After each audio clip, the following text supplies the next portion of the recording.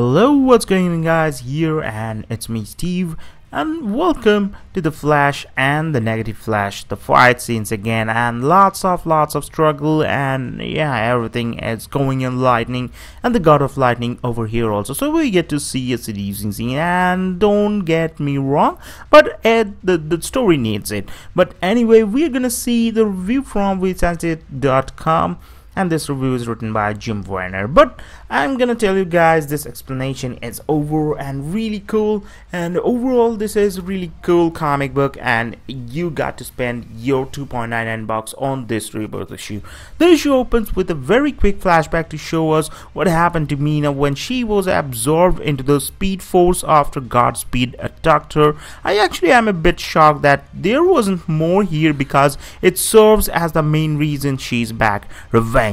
Yeah, Black Hole saved her, and now she's out for Barry's hide.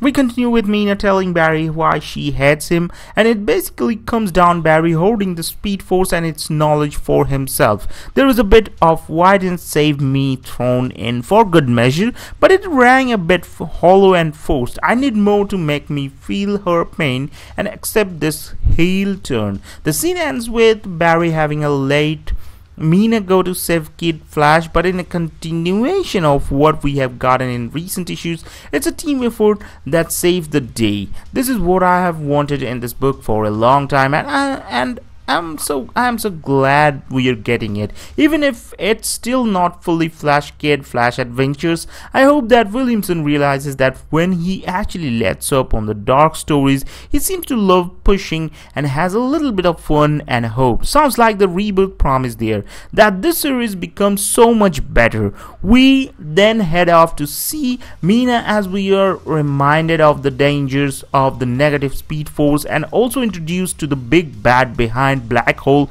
and the Speed Force storm that opened up this series. I can't say I have any real feeling about it yet, since I usually take a wait and see attitude with things like this, and also because it really came out of left field.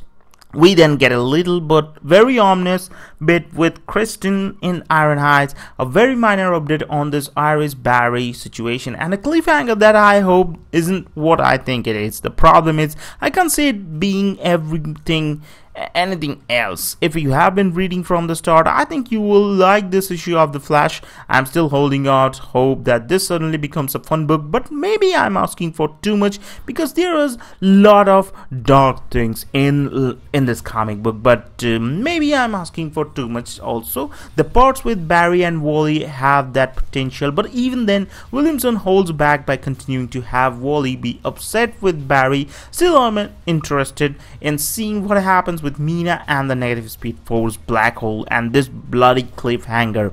Plus, Pop Monsard is great in this issue, and overall this issue, I don't know what the critics are giving it, but I'm gonna give it 8 out of 10. It's a solid 8 out of 10, because storyline is there, artwork is above average, because maybe the normal artworks, normal acting scenes are not that cool, but the action scenes and the Flash scenes are really well rendered, so that's why I'm gonna give it a 8 out of 10. That's my final. And if we want to pressurize me, then I can give it to 8.2 out of 10 also, but not more than that. So anyway, thanks DC for giving us this kind of awesome comic books, and that's really glad to see this kind of comic book, and really glad to read that one. But those of you who didn't read it yet, just go to the comic book store and buy this comic book, and support the creators also, and enjoy this comic book. This storyline is awesome, and you won't regret it after spending $2.99, because you can keep the book for eternity.